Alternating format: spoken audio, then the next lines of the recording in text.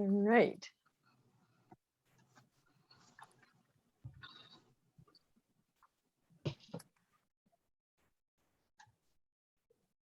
Hi, and welcome to the Healer's Connection. I'm Dr. Michelle Petacola, founder of Secrets of Life and Death and Second Chance Secrets. And the Healer's Connection is a special Zoom series that happens twice a month. Hold on, I gotta mute that. Sorry. That's very disturbing to hear yourself in stereo. So the Healer's Connection meets twice monthly, once on Tuesday evening, the second Tuesday of the month, and once on Friday morning at 10 a.m. Pacific, no, 9 a.m. Pacific Daylight Saving Time or Standard Time, whatever it is. And the purpose is to introduce you to people that can support you in your own human adventure, your life journey, to make it have greater ease, more health, more vitality, to help you to connect with and get the support of your body, your brain, and the other people in your life, and really to tap into your spiritual higher self and intuition. That's the purpose of the Healer's Connection, and I hope you come back for more. I have amazing people who are showing up, both people who are medical professionals, people who are intuitives, people who are spiritual, people who are psychological, people who deal with relationships, all different modalities that will give you a different opportunity or a different way of maybe addressing things that are holding you back from having a great human adventure. I would like to introduce you to today's person, or today's presenter, and her name is Veronica Lee. And Veronica is a transformational visionary, consciously committed to supporting our collective spiritual evolution.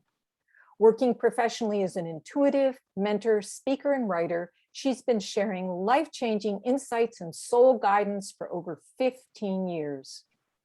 Raised by a metaphysician, she began exploring the mystical realms as a young child in the 1970s. Practicing intuitive perception, hands-on healing, meditation, visualization, and manifesting were integral aspects of her upbringing. Believing joy comes from living a soul-aligned, authentic life, Veronica encourages the embracing of our whole selves, whether making peace with imperfections, taking bold steps towards transformation, or developing inherent spiritual gifts.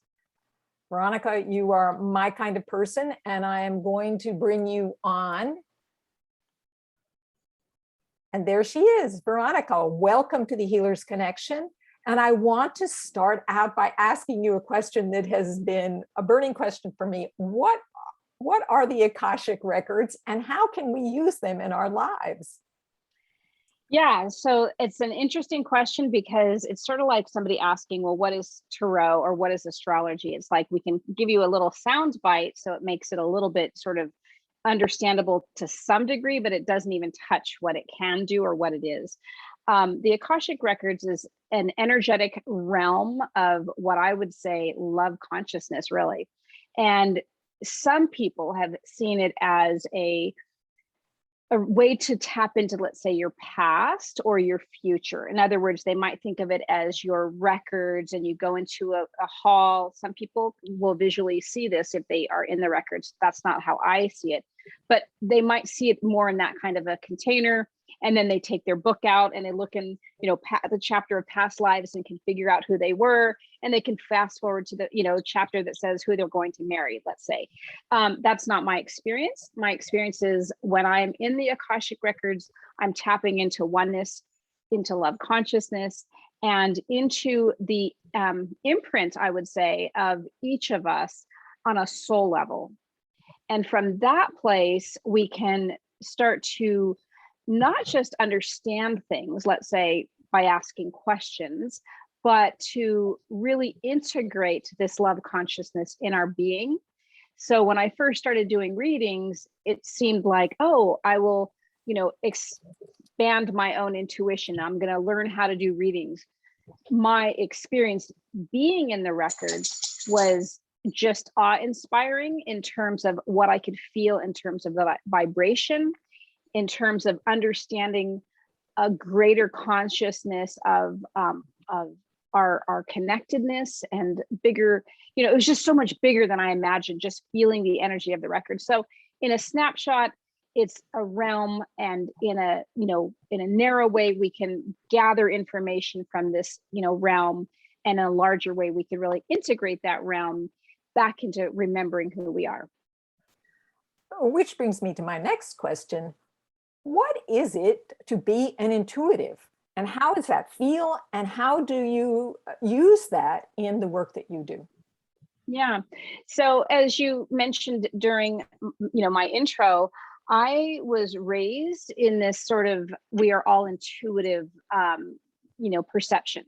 So it wasn't just like, oh, you're born with it because it was passed down from my mom, and, the lineage goes that way, and we all have this gift in the family. I was taught we are all intuitive. We are all psychic. This is just part of who we are. And it's a matter of learning how to tune into it. So in essence, if we think about our physical senses, we all have the ability to see, hear, for the most part. Obviously some people might have a disability in a certain area. Well, our intuitive senses are basically those same physical senses that are in the next level up, let's say. So if you happen to have a really strong visual sense, you're a visual person, you like to see pictures, you when you think of something, you get pictures in your mind, formed in your mind. That sense of your intuitive, your clairvoyance is going to be stronger, usually, right? So just like our physical senses, we have the clair senses, the clear senses that help feed our intuitive nature, right? Some people then might have, we have that sense of physical touch. Well, the clairsentient might get goosebumps or a bellyache or something that triggers something. As well, we have an emotional, ability to feel things. And oftentimes we call that an empath, right? They can feel people's feelings and not really know why they're feeling it. So anyway, it's really a comprehensive set of tools that we are all born with. And it's just a matter of learning to sharpen them, to play with them, and to recognize they're our birthright, and that we can learn how to use them, not necessarily to predict things. I mean, that is a gift in and of itself, but for our own navigation through life. Yes, and so many of us are taught to navigate life through the rational mind, which in many ways puts us on the wrong course and sets us up for a lot of frustration and unhappiness. So being able to tap into our intuitive faculties is a real great tool or resource. But we actually have to learn to do that, just like we would have to learn to, well, I shouldn't say learn. We actually have to remember and, get rid of the blocks that get in our way. For example, when I was growing up, I learned to tap down all my emotions and my feelings, literally the sensation in my body, and I operated continuously from my head. And to get back into my body, I actually had to take steps to reconnect with the sensory nerves, to stimulate them so that I started to pay attention. So I'm imagining that would be the same would be true with your intuitive sense. Is that correct? Yes. And what what I'm seeing is, individually, we're all going to come in with our own set of, gifts and maybe shortcomings, right? And then, of course, as we go through our upbringing, we're going to probably have those gifts in some way, tamped down, and any of those shortcomings start to grow. Just why not have this complete imbalance from the perfect beings that we started off as? And then we call that life. And it's a matter, like you said, of remembering. And in so doing, what happens is those gifts don't necessarily go dormant. Whoops. They often will just, that we don't actually know that we're using that. So in other words, if we are noticing something and we have a keen sense of awareness about, maybe relationships, maybe that's why people get drawn to be, therapists and such. They have a really keen sense of relationships. That's an intuitive gift, because they may not have all the parts and pieces to make a logical conclusion about relationships, but they see the patterns in relationships and people, that kind of thing.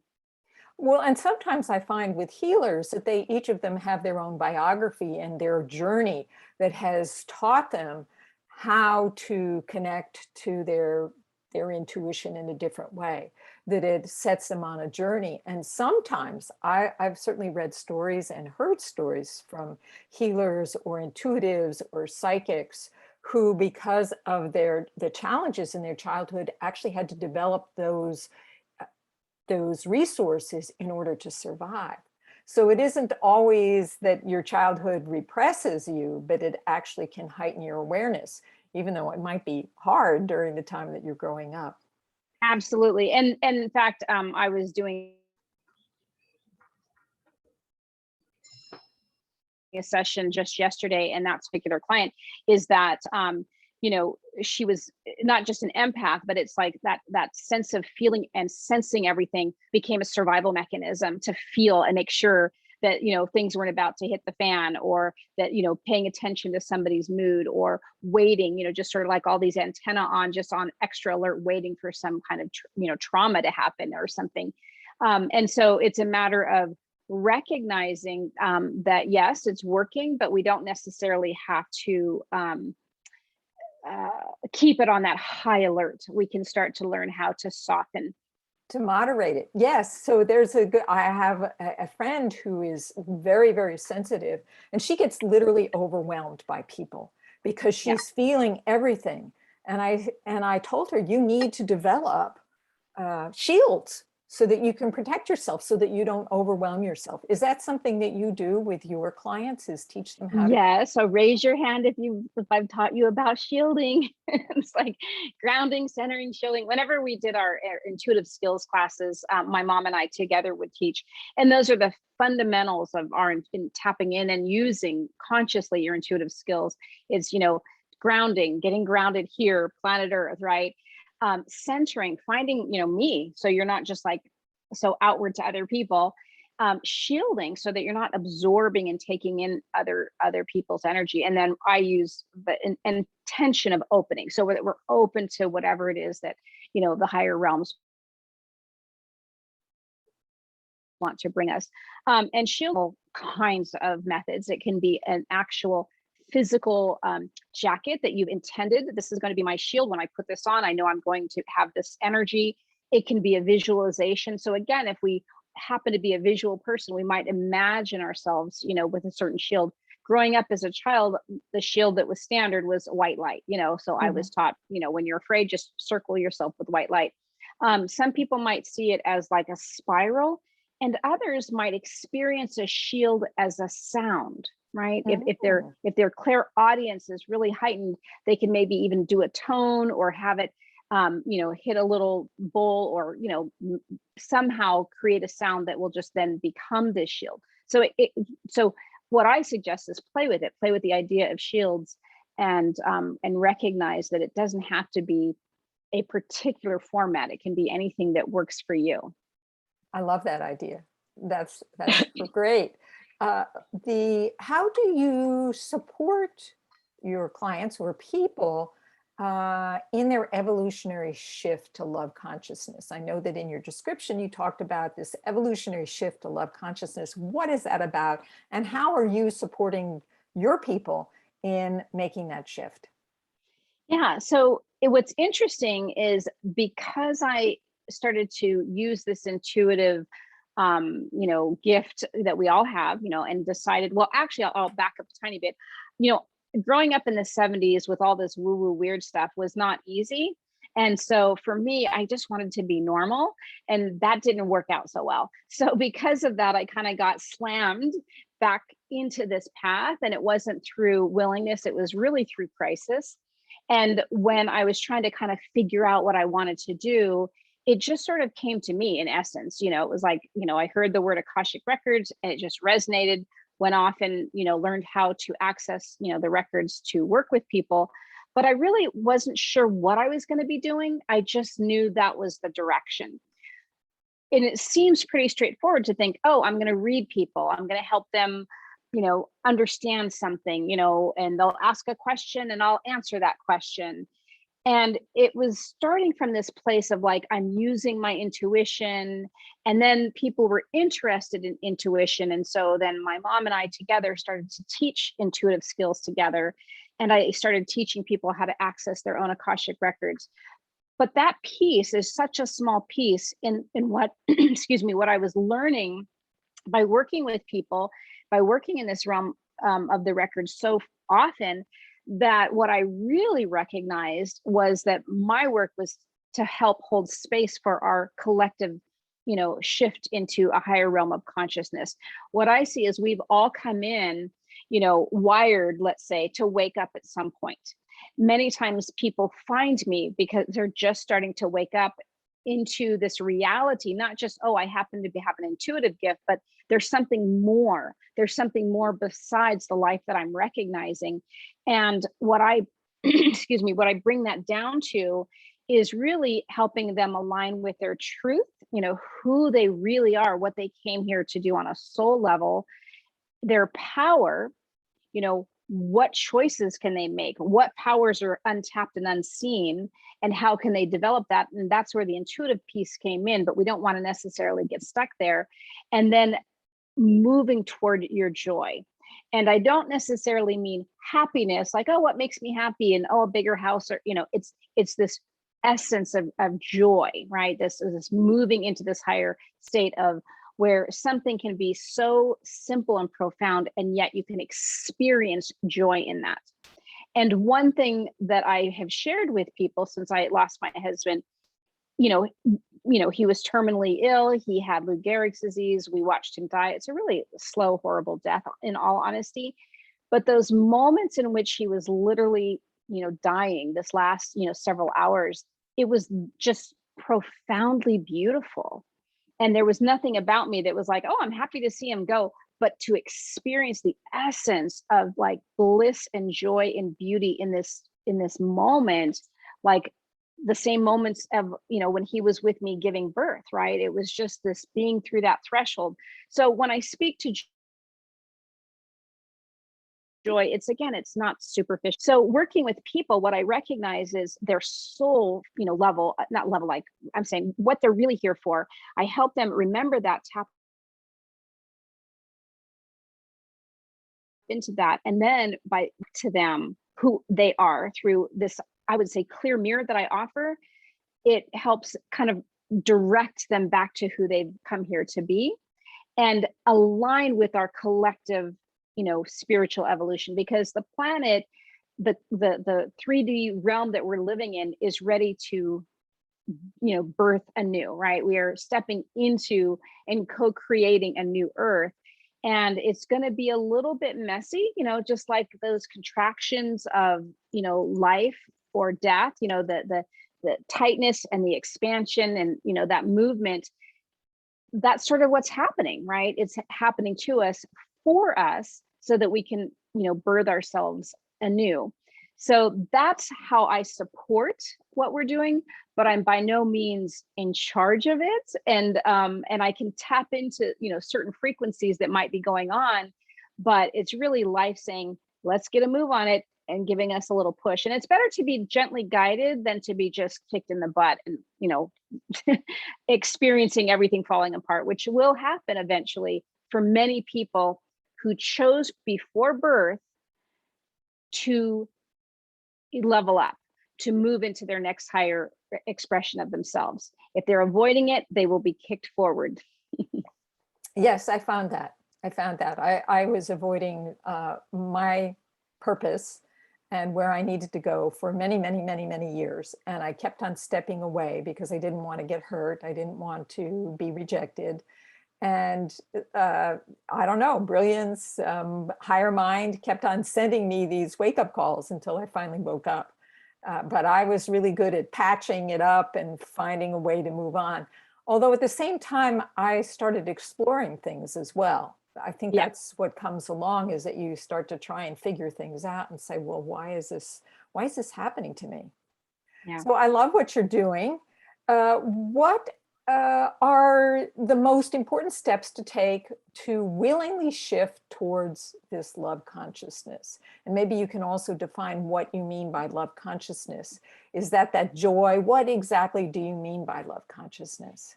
Yeah. And it's like thinking, maybe it's called unity consciousness. Maybe it's called source consciousness. Maybe it's oneness, energy.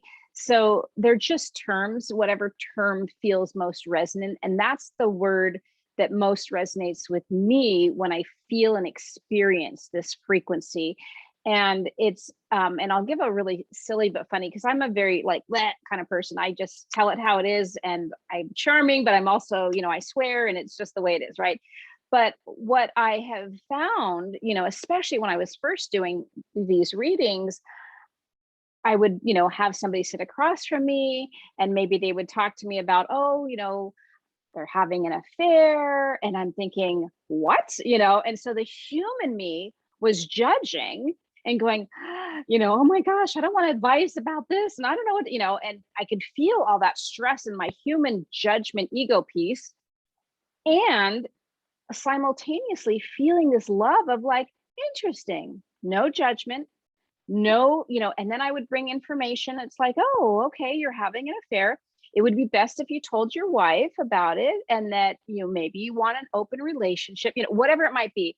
And then I'd hear the records or this information come through, and I'd be like, really, this is what you got? And then I would bring it through me, but I'd feel the love as it came through.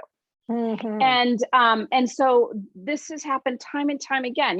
One of my little hot buttons, or one of my places that I struggled a lot, is with money. So when people would ask me about money, let's say, I'd be like, why are they asking me? I don't know anything. If I knew this, I would be, I'd have figured it out by now. And I'd feel that panic, and then I'd feel and hear and experience this love come through me, which was like, yeah, okay, here's the information. And then occasionally, I would be like, I need to remember that. It may not For have you, been my yeah. personally. It's like that's really good.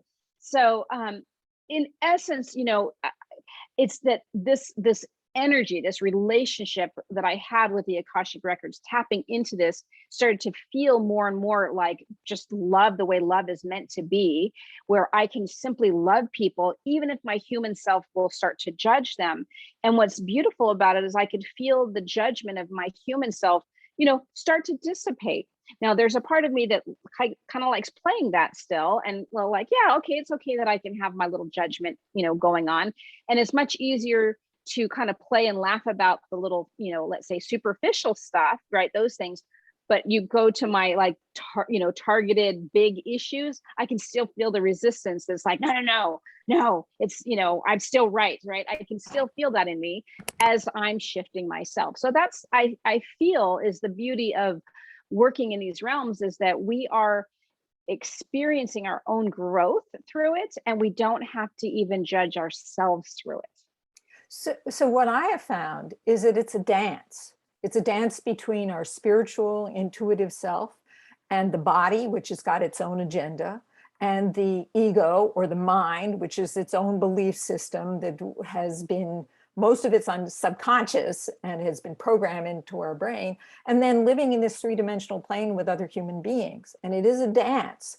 But I also have, at least from my experience, is that if you only hang out in the spiritual realm, which I did for like 13 years, you don't create in this three-dimensional plane, and you might as well not be here. You might as well be on the other side, because you actually Absolutely. need to use your body and you need to use your mind in order to create something in this three-dimensional plane. I don't know if you agree with that. Absolutely. And really, it's like, what I see happens a lot of times when people get excited about spirituality, it is so much easier to escape and to be in that place, right? And then also I see, just again, this is my own judgment, right? But in essence, a lot of spiritual bypassing. It's like, Yes. oh, and I will say that, like, when my husband passed away, no, that sucked. It was awful. I would never wish that on anybody. And so even though people meant it well, they would say things like, oh, he's in a better place. It's like, really? Is he? No, I liked him right next to me, honestly. Or, the things that were like, oh, he's not really gone. No, he is really gone. And thank goodness I can still talk to him, but Right. I don't have that connection the Physical. way that the physical. So the physical is absolutely why we came to be here. And so Absolutely. for me, it's like, let's enjoy the juiciness of it. Yes. Let's experience the grief of it. Let's be those human selves without judgment and staying aligned, because it's still true. Now, we don't want to necessarily hang out in the shallow yuck muck of my life sucks, for decades. We don't necessarily want to do that. There are tools and ways to help shift that, and where we can start to take responsibility, and start to move so that we can experience more joy. But at the same time, it's again, that three-legged stool: the truth, the power to be empowered that I can make choices, and the joy, that they're really working well together when we allow them to. It's quite a life journey, isn't it, to get those things in alignment and get them working for you. And that's the purpose of this Healers Connection, is to support people in finding the right path for each of you to step into that more easy, more fulfilling, more satisfying life journey. What are some of the things that we do to sabotage or block our evolutionary shift? That's a really good question. And I will say that the majority of that is going to be unconscious, unfortunately. We tend to be creatures of habit and patterns. I see that, we have these wounds, right? These wounds and these traumas, which I, again, hold a sacredness to that. And that's not to say what your parents did to you is, perfectly fine and justify it with spiritual bypassing, but it's like, okay, what's the gift in that? Where's the sacred piece of that? So a lot of our patterns will be unconscious, not necessarily clear to us, but there's often evidence in our lives as to what they may be. And so it's our job, in essence, or maybe it's those who are near us and who love us, to kind of show us, wow, look at the, your living room's kind of messy. And you're like, yeah, it kind of is. And so we can say, oh, this is just who I am. It's good enough. But if it's not bringing us joy, if we don't like a living room that's messy in essence, and we really want something, then it's up to us to start to find ways to shift that. And it might be, learning how to clean that living room. And of course, this is all a metaphor, and it could be literal, but it's a housekeeper to come in. You don't have to necessarily be the only one that does it. So it can be, what are those resources? So the first piece is to recognize about what your issues might be that are unconscious, and how I recommend, it can happen in all kinds of ways. It can be through self-reflection. It could be through some kind of a reading. It can be, like the nice thing about, let's say, an astrological reading is that they'll often show you that it's not, I wouldn't say it's not your fault. I don't like people to feel so yucky. I feel like we're always full of shame already. We don't need to add to that. But if you look at it astrologically, you can often see, oh, your soul wanted to experience a little bit of a shortcoming over here. So just pay attention to that, right? So we can start to understand ourselves with more clarity through a lot of these other, let's say, modalities, whether it be human design or whatever. And then there are so many resources out there to start to take a look at them and heal them.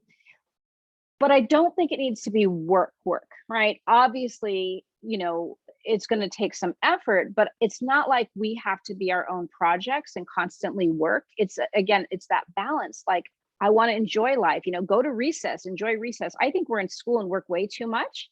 And so why would we want to then become our own projects to take with us for the rest of our lives, to constantly work? When we start softening and moving more towards joy and acceptance, a lot of times those issues will start to dissipate. So the areas that we start, the number one areas that we do kind of sabotage ourselves are going to be around, not being in aligned with our truth because we're people pleasers, or Yes. this is what mom and dad expected of us. And so this is the way I'm supposed to be. And we confine ourselves to a box. So that's one way to sabotage. The other is we give our power away, right? We give it to, whoever the boss is or whoever the relationship is, or, oh, I can't make that choice. It's like, why not? Well, because you're not supposed to. Who said, right? So it's that denying of your own empowerment. And then the last is, of course, the opposite of joy, which is when we do things that we're supposed to do and we're only doing things we're supposed to do and we're living a life of should, rather than cultivating and expressing and diving deeper into joy. And what I mean by joy too is also sort of like this unattached joy. So it's not joy with a purpose. I have to, force myself to be happy, but just sort of like this recognition that joy is so much bigger than we are, and we can just tune in. It could be literally looking out the window and seeing a flower that we hadn't noticed before.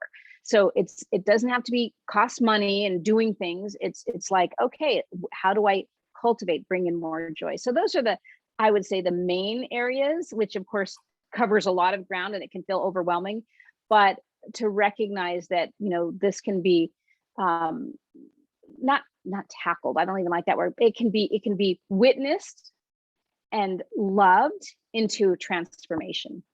That's great. By the way, I wanted to invite all of you who are here as participants. If you have a question for Veronica, please post it in the chat. And if you don't know what the chat is, there's a little bubble at the bottom, a conversation bubble like you see in the cartoons. And just click on that and there's a place where you can type your message. And I would be happy to share them with Veronica as we go along. So one of the things that I noticed is about this resistance is that sometimes now I don't remember what I was going to say. Sometimes we just have to go through what we have to go through in order to get to the next place. And oh, I know what I wanted to say.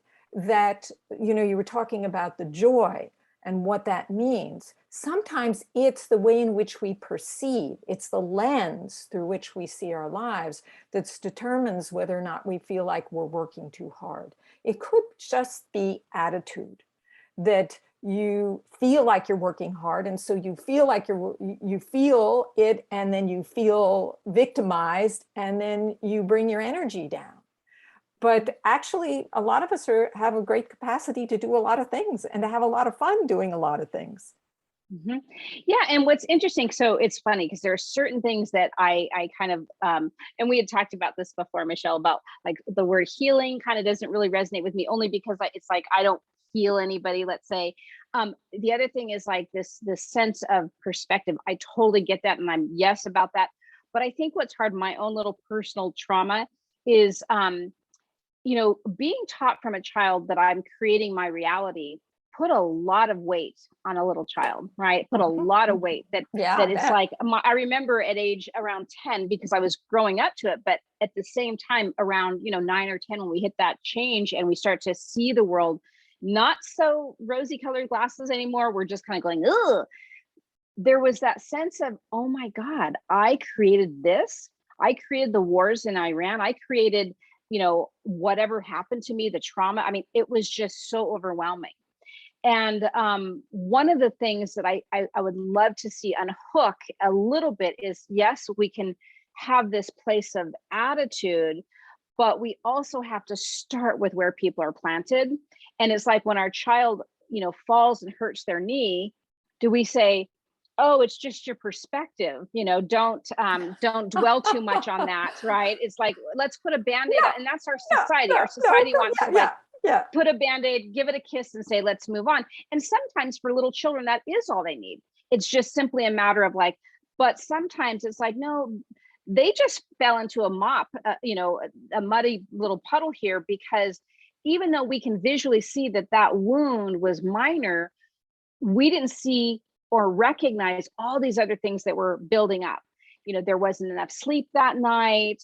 They didn't get, the right amount of food or protein in their system, and children are very physical, right? And so these things added up to this little scrape being this huge thing. And so then we have to kind of back up and say, okay, what needs to be held? What needs to be taken care of right now? And so, when we're in these lows, we're in these places that we're just struggling, to have, books or, encouragement to change your perspective and to get a little better attitude is really overwhelming. And I feel like that can be almost like, not just that quick band-aid, but it almost makes that person feel worse. Like, I'm just not doing this right. I'm not doing this life thing right.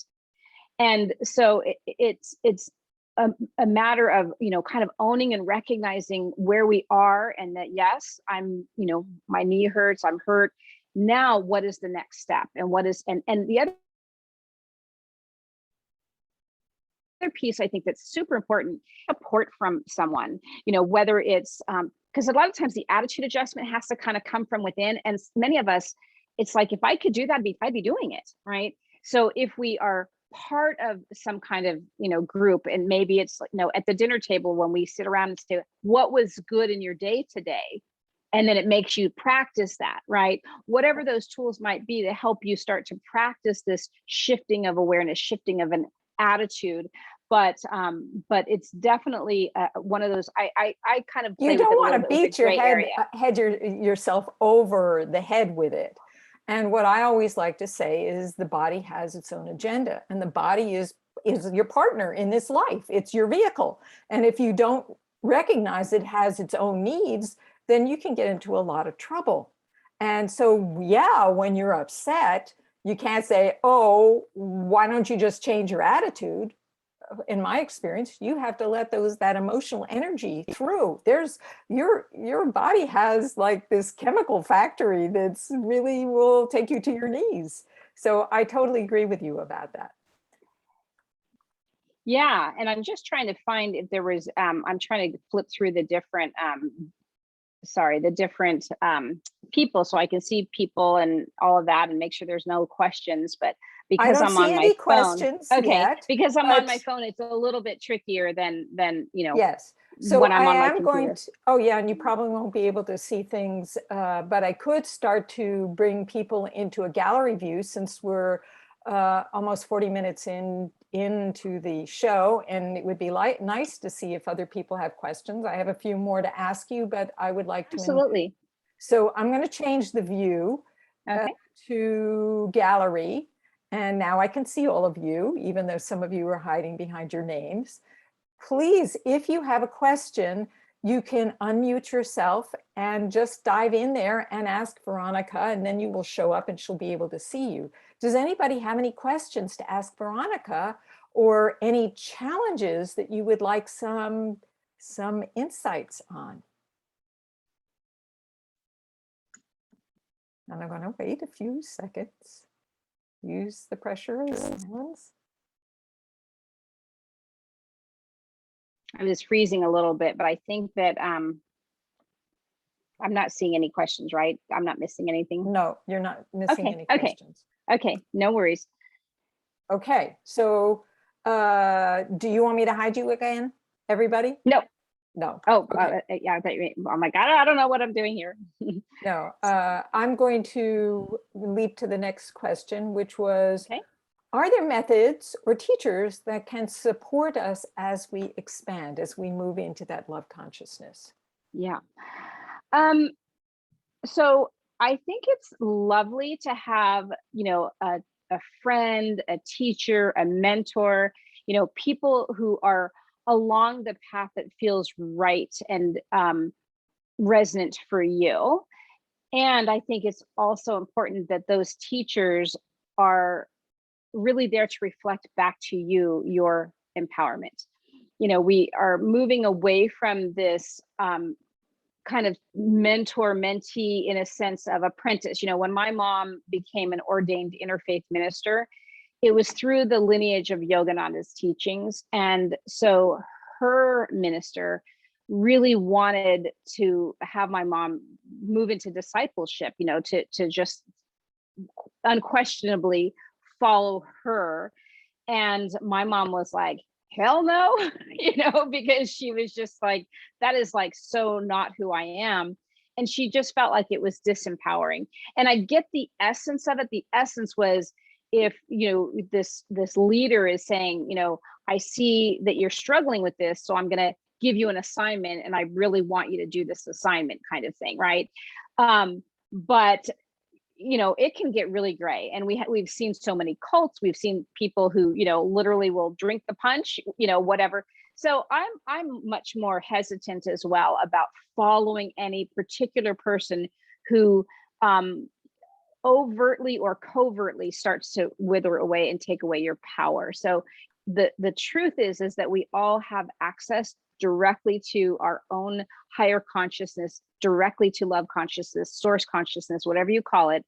And it just is a matter of learning techniques that help you tap in. It doesn't have to be any particular technique. It could be anything, really. It could be lighting a candle. My mom absolutely loved ritual. That was her thing. So she had an altar. She would love to meditate. That was her thing. For me, I tune into the Akashic records. And when I first learned how to access the records, it was a very specific organization that gave me a very specific prayer. And it was like, don't change it. This is the way it is, which just made it so that they can charge people, because, anyway, I'm not judging, but it was just I didn't like the prayer. I'll go to that place. I didn't care for the prayer because it was sexist and it was limiting and it was disempowering. And so once I did it, I used it, because that was what I learned. And I obeyed and learned kind of like how to ride the bike, let's say. Once I took off those training wheels, it really was much more empowering for me to access the records any way I wanted. And so for each client, I just tune in and access and say whatever feels right to be said in the moment. And in this relationship with this higher realm, I may see people in my life that have something that is learnable, that I want to learn from them, or that, oh, I really liked what this person says. So I'm more eclectic, like my mom was. And at the same time, just using my own direct connection with, this higher source for clarity, for guidance, for understanding, for, living. Well, I find sometimes we have blind spots, and that's why it's helpful to have a coach or a mentor. And I use a mentor in a very specific way, which is somebody who enables you to be empowered, as opposed to a teacher or somebody who is telling you what you need to do, but actually gives you the tools to become empowered. I think we really are moving away from this idea of the doctor-patient, where I know all the answers, or the priest parishioner concept, into a more let's all help lift each other up, and Exactly. let's do this communally, because we actually need to do this communally. No longer this patriarchy, but actually, if you come from a more of a feminine consciousness, it is more about the circle, about we are all connected together. Absolutely. And when I was first doing readings, I want my clients, and I, totally have them ask questions. The questions can be open-ended, what do I need to know, or they can be specific. And I want them to be empowered, rather than me just saying, this is what's going to happen to you, or, like an old psychic, the way that I grew up understanding this idea of psychics. So with the Akashic records, it's question driven by my clients. I go where they want to go. But for mentoring, I've shifted it. So the difference between a one-time reading and mentoring is that with spiritual evolution mentoring, I basically read their system, because then I can see those blind spots. I can actually see the blind spots during a reading, but the difference is they're not asking. So I'm not going to bring them up necessarily. And it's not my place to go look, but I'm very good at seeing all kinds of, I'm really good at the shadowy stuff. But with the mentoring, I just do like a scan of the system, and I'm speaking directly to their soul. So I'm kind of bypassing where they think they're stuck, or where they think if I just knew this information, then it'll be okay. But instead recognizing, here's what your soul is going through. Here's what it's wanting. and then offering up suggestions. And for me, it's always suggestions, and it's never, like, oh, you have to do this, and blah blah blah. It's all like, here's a whole bunch of things, go play. And not even a whole bunch, overwhelmed, but here's some suggestions of a few things to try to move to the next place. But it is absolutely, I think we are moving much more into that mentor-mentee sort of relationship. And I too have a mentor, and she is an astrologer. And what I love is that, I think what's important, an important factor of a mentor, is that they have something that you want. And whether that wanting is they are where you want to be, or they see you in a way that is important to you to be seen. So, and that's what I particularly am good at, is I see people really well. Like everybody, when I see people, I just know them. And they feel, for the most part, some people feel most seen by me than they have their whole lives. And it's because it's like, wow, she really knows me. And what I love about that is, again, I'm in this realm of like, yeah, not only do I know you and I can see you, and I may not know all the little details, but there's also that love experience that's just there. And I think that that's the other piece that can be missing when it becomes hierarchical, that instead of being about love, this love consciousness, we start to go into separation again, right? And that's the opposite of that love consciousness. Or wanting to be approved and giving away your power. So it is exactly what you were saying before. It's really important to get into that place. But I was just imagining for a moment what it would be like to be totally seen, because I think that's what we want when we come into this world as children, is we want to be seen for who we really are. And of course, our parents and the people that we connect with have their own limits about their ability to do that. And so in a way, the experience of being truly seen for who you are must be just phenomenal, just mind-blowing in a way. Yeah, I think it's heart opening. Yeah, definitely.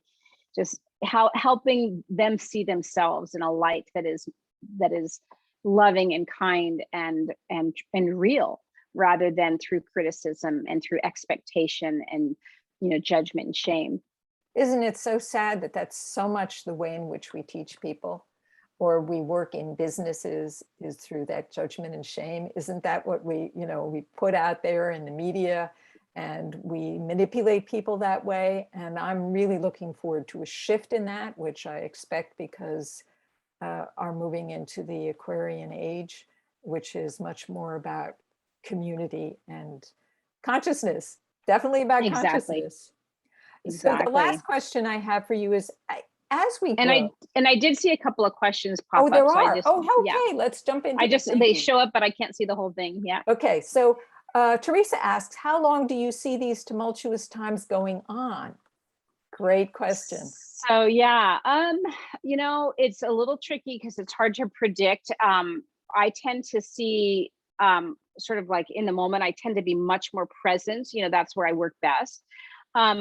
According to a lot of my astrological friends, they're talking about like 2 to 3 more years of moving through this.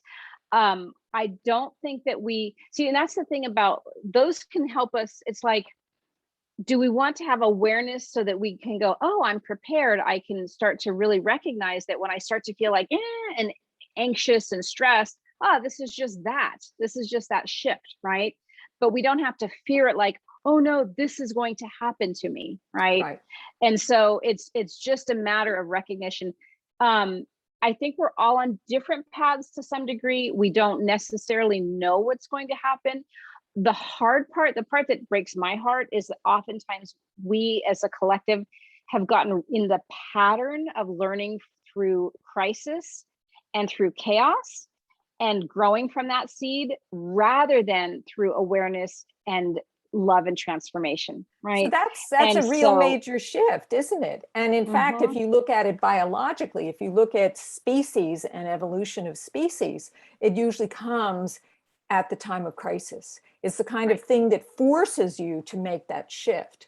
And rarely do you see that evolution except when it's put into a crisis mode. So to be able to shift that and change that in a different way is a huge transformational process. And if we like imagine, let's say the butterfly, right?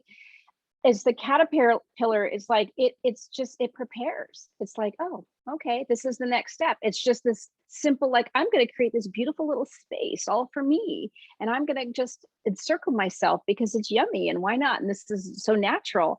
And then it gets to just go to sleep into that space, and then it starts to dissolve.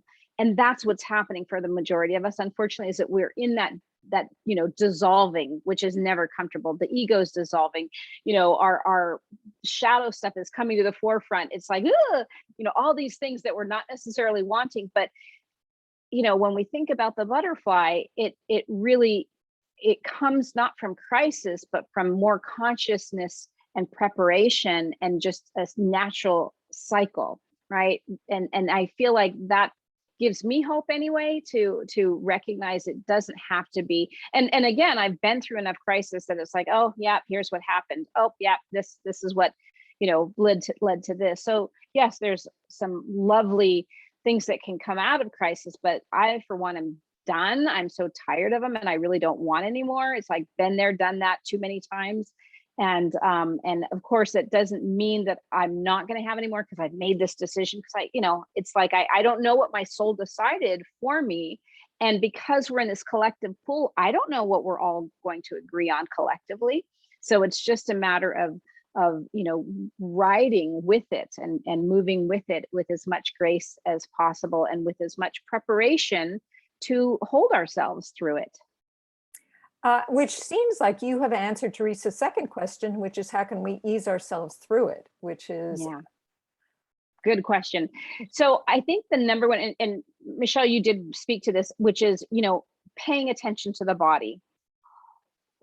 If you think about crisis, when it culminates in the body, it becomes what? Disease, right? And then we are now dealing with a crisis in the body and disease. That's when these energies of unwellness and things being off start to harden and find their way in there. That doesn't mean that we need to blame people who get disease, right? Who that's, so again, I just like to keep those parallel so we can see the relationship and not move into a place of blame. And so paying attention to the body, paying attention to gentleness. Gentleness is so key.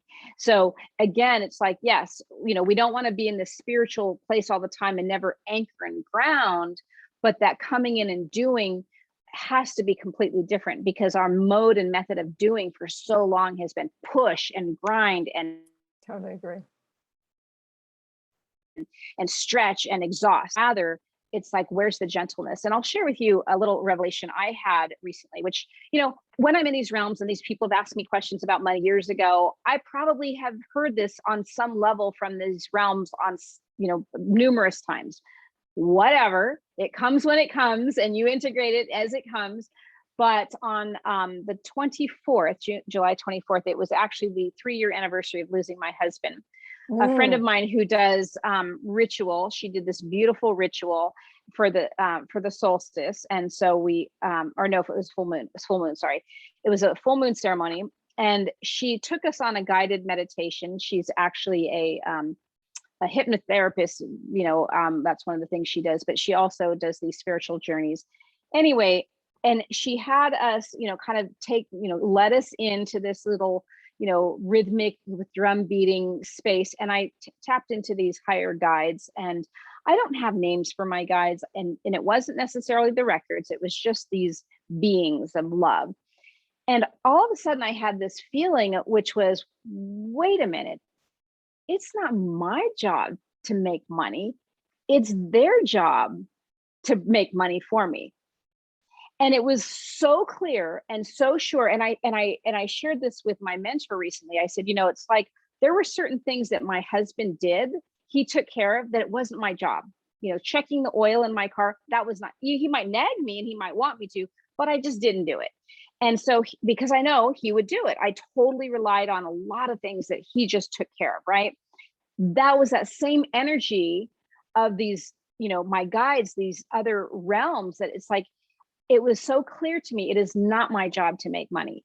It is my job to do what it is I'm here to do, and their job to make the money come in some way, shape, I or love form. it. I love it. And That's it was like, beautiful. and it felt so real and so right. It was like, duh, and so, and since then, literally hundreds of dollars have come into me in these various ways that weren't happening just a few weeks ago. It was kind of like, oh, this is interesting, but it's this true surrender and surrendering to this other place that we don't have to figure out all the little details that we're used to. So it's this letting go and dropping into trust, because I think love, in order to drop into love consciousness, you have to have some amount of trust, not some, a lot.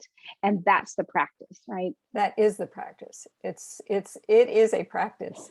So I wanted to, so we only have about 4 minutes left, and I want to share some events that are coming up with me, but I also, Veronica, wanted to give you a chance to let people know how they might connect with you, although I know that most of these people on here are your people, but if there's something special you want to offer them, or to put that in, to share that with people. And then I want to share what I have coming up next week with the group as well.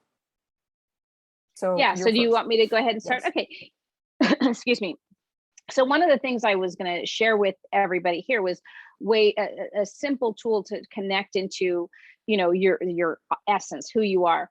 And so one thing I offer when people sign up for my newsletter, you go to my website, Veronica Lee, all one word, .tv for transformational visionary. So VeronicaLee.tv, a pop-up will come up and it'll offer you 2 gifts in exchange for your email. And one of those gifts is a e-booklet, which is, Awaken to Your Intuition, talking about all the different ways you can start to practice and tune in.